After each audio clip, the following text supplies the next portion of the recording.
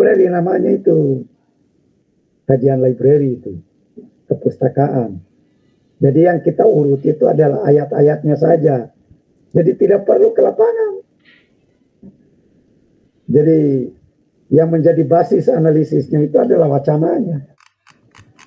Nah, misalnya lagi ada wacana dari unsur kebahasaan.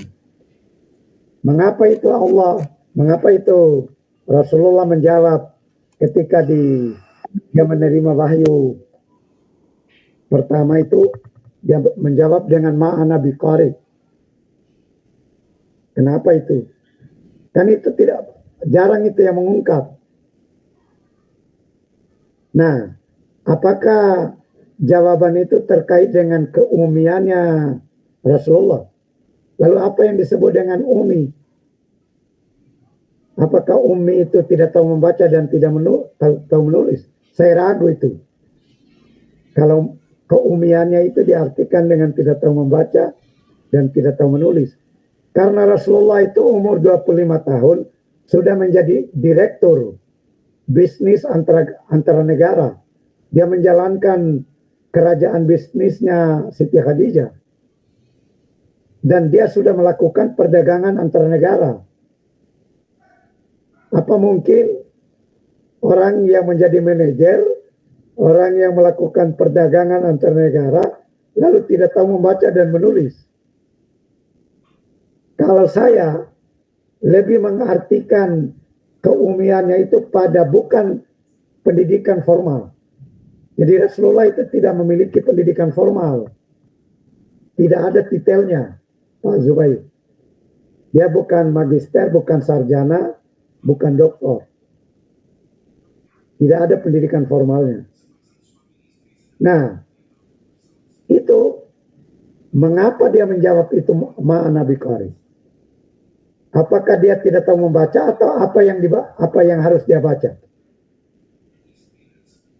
Nah, dalam kajian bahasa kalau mau menggunakan pisau analisis bahasa itu ada 5 komponen.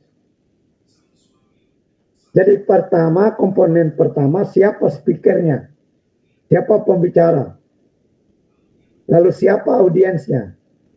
Nah pembicara waktu itu Jibril, kemudian audiensnya Muhammad. Lalu apa topik pembicaraan? Ketiga itu topik pembicaraan, masalah Iqra. Nah, yang keempat itu di mana? Di mana itu? Di Gua Hira. Yang kelima itu kapan? Di malam hari, di gua lagi. Tidak ada lampu, gelap gulita. Nah, itulah yang bisa mengungkap ini. Kenapa Rasulullah menjawab ma'ana biqari? 5 aspek ini begitu. Jadi 5 aspek itulah yang menjadi komponen kontekstual kebahasaan itu. Kalau ditinjau dari perspektif ilmu bahasa.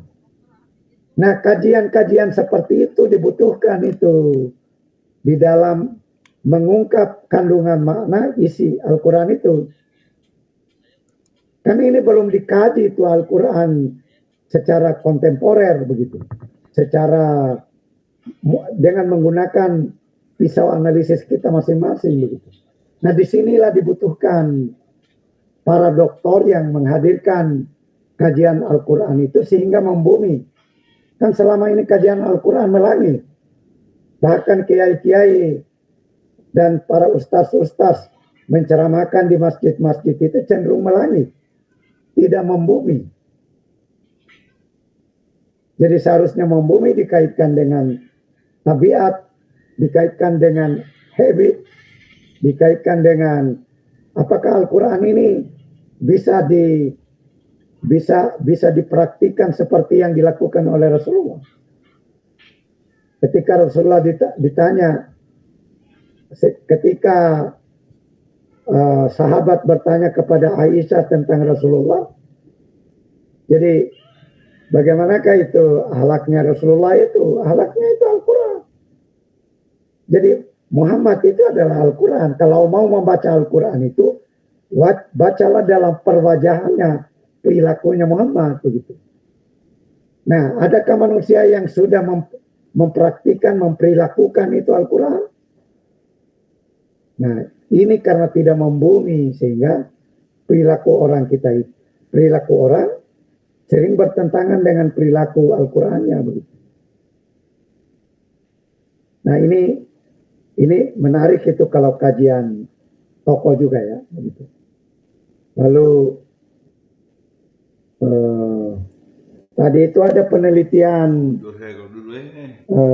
murni dan penelitian terapan. Kita sampai jam 5.30 ya.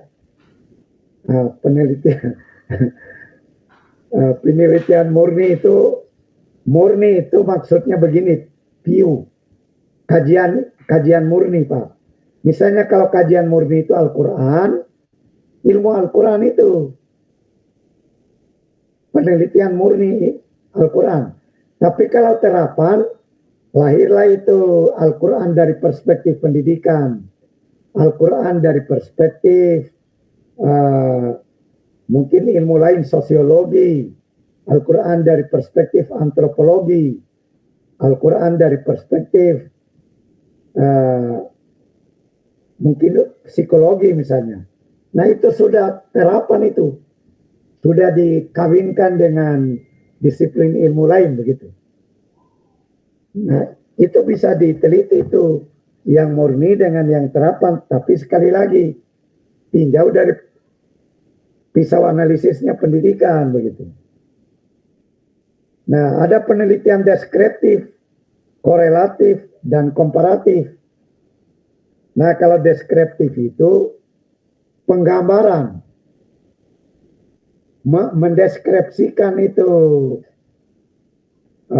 hal-hal yang mungkin tidak terungkap, seperti makna kandungan ayat misalnya kita mendeskripsikan. Lalu ada juga yang penelitian korelasi. Penelitian korelatif di sini ya, deskriptif, korelatif, dan komparatif. Misalnya judulnya korelasi antara pemahaman Al-Quran dengan intensitas tadarus Al-Qurannya. Jadi bisa juga dikaitkan 3. Korelasi antara intensitas tadarus Al-Quran, pemahaman terhadap makna Al-Quran, dan penerapannya dalam kehidupan nyata. Nah itu kalau S3 minimal 3. Jadi korelasinya. Jadi itu penelitian korelasi itu. Penelitian kuantitatif. Atau misalnya begini. Hubungan antara jenggot yang panjang, jidat di dahi, dan keputusannya untuk berpoligami misalnya. Jadi itu penelitian korelasi itu. Adakah hubungannya atau tidak? Begitu. Jadi nanti kita akan lebih banyak membahas pada penelitian kuantitatif nanti. Hubungan kalau di kehidupan umum, hubungan antara sosialisasi tentang aturan sosialisasi tentang aturan berkendaraan,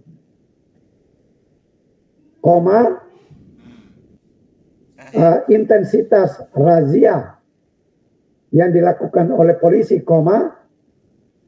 dengan jumlah pelanggaran yang dilakukan oleh masyarakat. Nah ini penelitian korelasi itu. Ya. Nah penelitian komparatif misalnya. Perbandingan antara